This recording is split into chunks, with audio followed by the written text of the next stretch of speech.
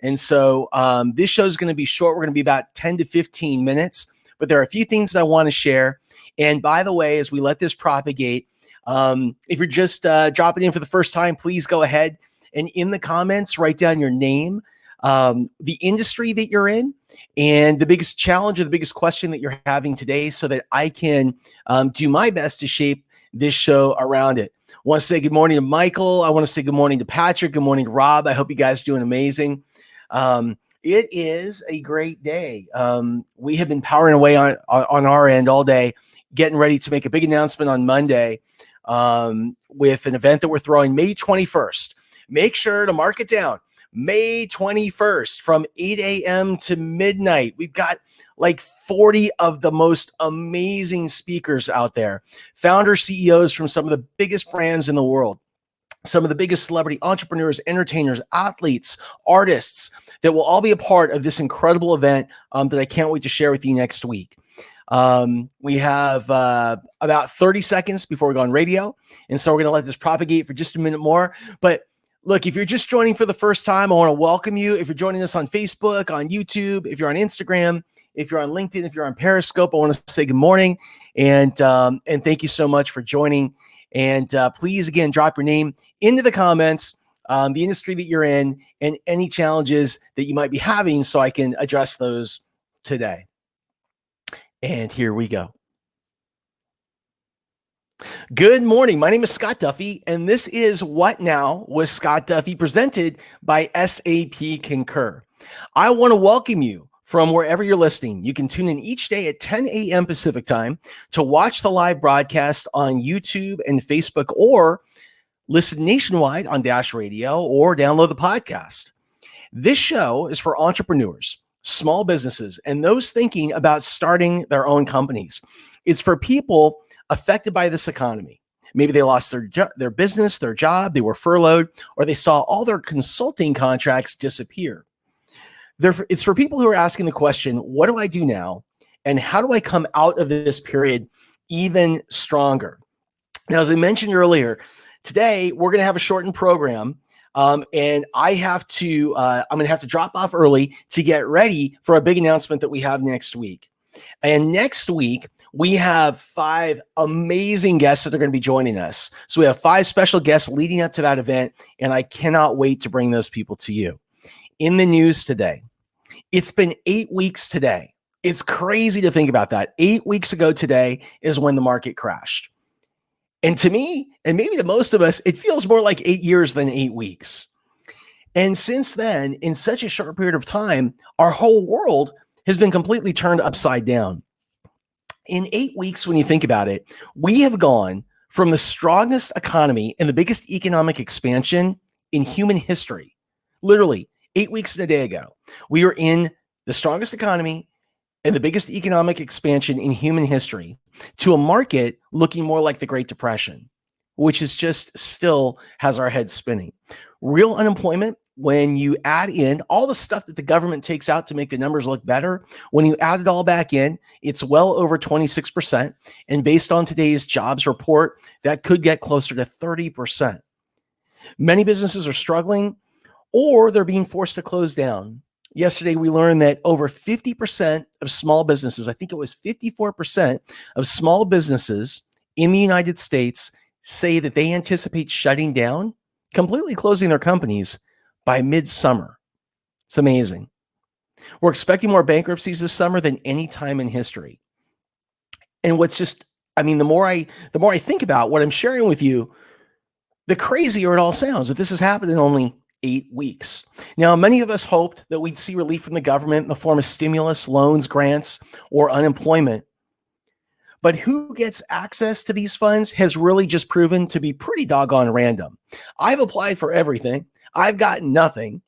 I have some of the most amazing people who are so connected and lead big organizations who are guiding me. I haven't seen anything on programs like EIDL or PP, any of that stuff. Meanwhile, I know people that I've coached, that I've advised. I've actually helped to create their packages. I have friends that have received not only approvals, but they've gotten money in the bank. And so, many of us, again, as small businesses, we have been hoping that we would see relief from the government in the form of loans, stimulus grants or unemployment. But who gets access to this seems to be totally random. There's really no rhyme or reason to it. And despite all the government rhetoric, we're seeing that the real is that most people aren't receiving the aid that they thought they were going to get or were told they were going to get. Meanwhile, the number of COVID cases worldwide continues to grow. Here in the United States, we still haven't flattened the curve. In fact, the number of cases in several states keeps rising and rising more rapidly. But we got to get back to work. We have got to get back to work. Our country is based on a consumer-driven economy. So the government's beginning to ease restrictions. I am in Newport Beach today. And what is super awesome is yesterday, Gavin Newsom, the governor of California, announced that he was going to be reducing restrictions across the state. Late in the afternoon, our LA mayor, Eric Garcetti, announced that he was going to be reducing restrictions with regard to stay at home. And so that is all amazing. That is all awesome stuff. Now, I can't get too excited because, for example, this morning I was getting a ton of email from local vendors. We're going to be back open tomorrow. We're going to be back open on Saturday. The problem is it's all pickup service. So there's a lot of stuff I want to get at the sporting goods store, but I still can't go in. My favorite restaurant is opening back up on Saturday in Los Angeles. I still have to order out, but they're open, and that's good news. It's progress. I'm curious where you guys are. I'm curious where you guys are at in terms of if you're at work, if you're planning to go back to work. I'm curious how you're doing in your small business. Are you continuing to thrive? Have you struggled? Have you pivoted? Have you adapted? These are stories I love to learn and I love to share. So again, anything, whenever a user says, yes, but you can go to the liquor store. I think that the liquor store was deemed an essential service or something like that, because yes, every liquor store I've seen has been open. That's pretty funny. So what is this process going to look like of opening up? You know, we've been told a whole bunch of different things. The president laid out a plan. Our governors laid out a plan. Different counties here in California have laid out different plans. But I think at a high level, at the end of the day, this is what it's going to look like. The first phase of opening back up is going to be we're going to stabilize our essential sectors. I think that's number one. So during this phase, we expand our testing, our tracing, and supported isolation when people need it. I think the second stage is going to be where we expand our essential workers. So this would include both short, medium, and long-term needs that we all have, and we would ease social distancing. I think that the third step is that they're going to end the collective stay at home, which we all can't wait for. So you can mobilize non-essential workers, further relax restrictions. And then step 4 is going to be the full pandemic resilience response, which means that we open schools back up, we return more people to work, and we get more back to more of a new normal. That is what I see happening. So there is good news. And the good news is that we are getting back to work. And I just want to congratulate you. And I want to send you love. And I want to send you just amazing light and energy for getting through the past 8 weeks. Because it has not been easy for anyone. And again, I just want to applaud you for that. Because we have a shortened show today and we have just a few more minutes, what I wanted to do is I wanted to focus on some stories today and just share some inspiration, some things that make me feel good.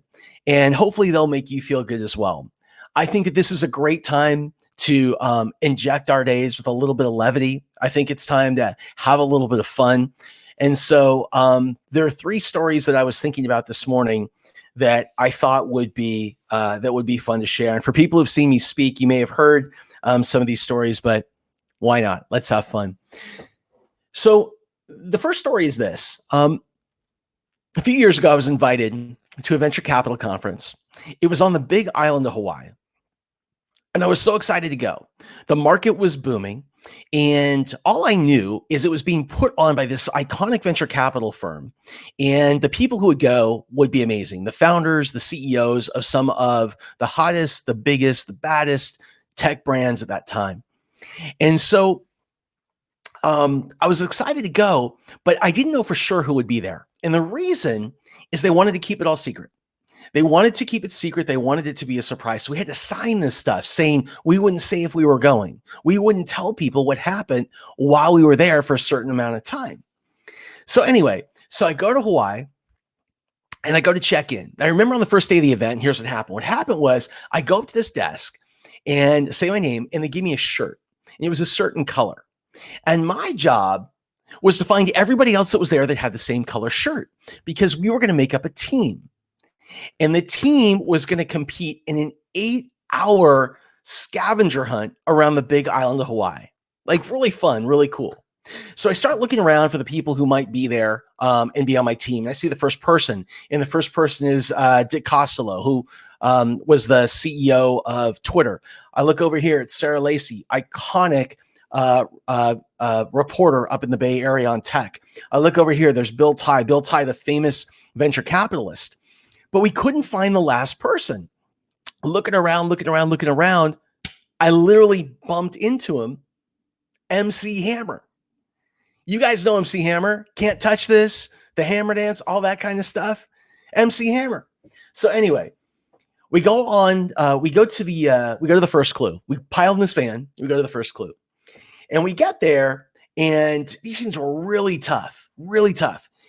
And there was this, and we read the page, and we read the clue. And me and Bill and Dick and Sarah, by the way, I'm thinking with their brain power, there's no way we can't win. Me and Dick and Bill and Sarah, we're looking at this thing. We're trying to figure it out. We can't do it. Now, Hammer, he's over there. Hammer's over there. He's on the phone. He's talking to his friends, whatever. So I walk over and say, Hammer, would you come over here? Could you help us? I said, no problem. So he walks over. He says, let me see the clue. He takes it. He reads the thing. I think one time he looked and he goes, do this, this, this, and this. And he walked away, like dropped the paper, like literally dropped the mic. And guess what? He was right. So we'll go to the second clue. It was in a tree. Hammer, could you come over and help? Sure, no problem. He does the same thing. Guess what? He was right. We had like 8 clues to solve that day. And I think MC Hammer solved every single one of them. It was incredible. And I remember that night, I was in the hotel lobby, and I saw Hammer, and I walked up to him. I go, dude, I said, that was amazing. I said, how did you do that? And he started to laugh. And he said, Scott, you entrepreneurs are all the same. He said, you start over here, okay? And then you have a goal you want to get over here. And he said, here's the thing about all of you. You figure out a way to make things so damn complicated in between. He said, I live my life by a very simple rule, and it's this. I always find a way to the simplest path first. And today, that idea has never been more important, because I look out at the landscape and I see small businesses that are struggling or being forced to close. I see people that have been unemployed or furloughed. I see people that have lost all of their consulting contracts, and they're asking themselves, what do I do? They complicate the answer. They try and come up with a big idea. They spin their wheels doing a lot of things. I'm going to tell you what to do, and it's simple. Ask 2 questions. Go to people, go to your clients or former clients, your prospects or former prospects, your family, your friends, the people you love and you live with, and ask them 2 questions. What do you need? What do you need today? And what has to happen? How do you know you're getting what you want? Let people tell you what they need. Get that information, then go out and develop the most basic version of what it is. That's it. The minimum viable product. Get it out fast. Get it out early. Get it in those people's hands. See if they like it. See if there's something they change. Go back, iterate, and adapt, and then relaunch. And then when you find the right product market fit, that's something you can take to the market. Now, I've read on the show so many different great opportunities that are out there today. So like if you want to make it even simpler, because we're talking about simple right now. So simple is asking those 2 questions. Simple is also, if you just want to go find something to drop into, taking a look at what some of the biggest needs are today and go do business in that space. For example, you know what's hot right now? Notaries. Gosh, damn, everyone's got so much legal work they have to do. They're refinancing their house. They're redoing their loans. They're this, they're that. They're applying for stuff. They're certifying stuff. Become a mobile notary. It ain't that hard. Become a mobile notary, market that service. There you go. There's something you can do right away. Become an appraiser. Really hot right now. Real estate agents are getting hotter. My friends that are real estate agents are telling me less stuff on the market right now, so prices are higher. However, they expect a ton of stuff to come on the market this summer. There's going to be opportunities there. So next time we're on this show, I'm gonna go through that list of opportunities. But what I'm saying is this: don't overthink it right now. Do not overthink it. Find a way to the simplest path first. That's what I'd recommend. The second story is this: when you find an opportunity, I want you to jump on it. I mean, like don't tiptoe to it. Don't be cute with it. Don't come at it slowly. Don't look at it. I want you to jump right on that and tell you a story. Got a good friend. His name is Gary Goldstein. Gary Goldstein is he's kind of a film icon. He's a producer. And when he was a young guy, he always loved filmmaking. And he dreamed of being a filmmaker, being a producer. Now, he was an attorney by trade, and he lived up in San Francisco. And one day he decided that it was time. It was time to head down to Southern California and basically to drop into his dream as a producer. So he did. He came down, he used his legal skills to become an agent. And as an agent, he was a lit agent. He represented writers. He felt if he represented writers, one day he'd find a script that he loved that he could go and sell and then produce. That's what he did. So anyway, one day, Gary gets a call. And again, he's been doing this for a long time. He's been hustling. He's been trying to find that opportunity. He gets a call. And back in the day when video, so before Netflix and before all that stuff, back in the days, like before even Blockbuster, when you get a VHS, get a video, when the small local mom and pop video store started to spring up, they had a problem. The problem was there just was not a lot of video out there. There wasn't a lot of stuff on video. And so what they would do is you would go and you would create a poster, like a movie poster, and a totally outrageous movie poster with a totally outrageous title. And think about this if you're an entrepreneur. Instead of writing the script or like a business plan for it, you would go and you would sell the poster in the title and that idea. And then you could get financing. And it would be small. It could be anywhere from $25,000 to $50,000, if that, to go and to make this stuff. They just needed content in these stores. So anyway, something happened on the film. Gary gets a call. Guy says, "You want to do this?" And Gary said, "Well, tell me."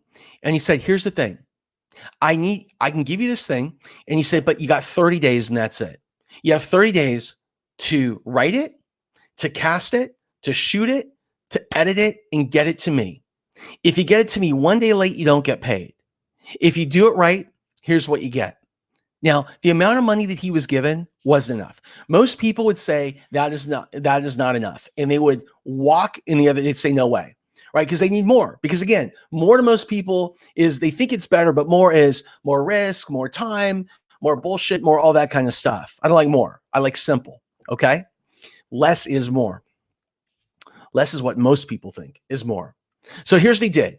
He looked at this and he said, yes. He said, "I'll do it." And he jumped on it because he believes when you run into opportunity, he says, you got to chase this thing down like it's the last bus of the night. You got to hop on it. So guess what? He had a plan. He said, yes. The first 2 weeks, what he was going to do is he was going to write it, cast it. In the second 2 weeks, he was going to film it, edit it, and deliver it. 2 weeks go by, nothing gets done. So again, at that point, most people quit. What did Gary do? What Gary did is he got on the phone and he started to call people. And he said, look, he got scrappy like we do as entrepreneurs. He said, "Look, if you've got a camera, I'll make you the head of cinematography. If you got some clothes in your closet, you're the head of wardrobe. If you can talk, you can act." And that's what he did. The next day, people showed up. They made the film. They edited the film.